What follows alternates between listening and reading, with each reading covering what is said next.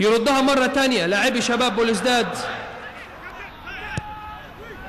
تمريرة بينية خطيرة خطيرة خطيرة، مش ممكن يا جماعة، مش ممكن يا جماعة، مش ممكن يا جماعة. تمريرة بينية خطيرة وغفلة دفاعية من مدافعي نادي الإسماعيلي، ياخدها على طول. هو رقم 9، هو رقم 9 ما بيهزرش. لسه بقول لكم أبرز لاعبي فريق شباب بوليسداد في وجهة نظري الشخصية الهداف إسلام سليماني.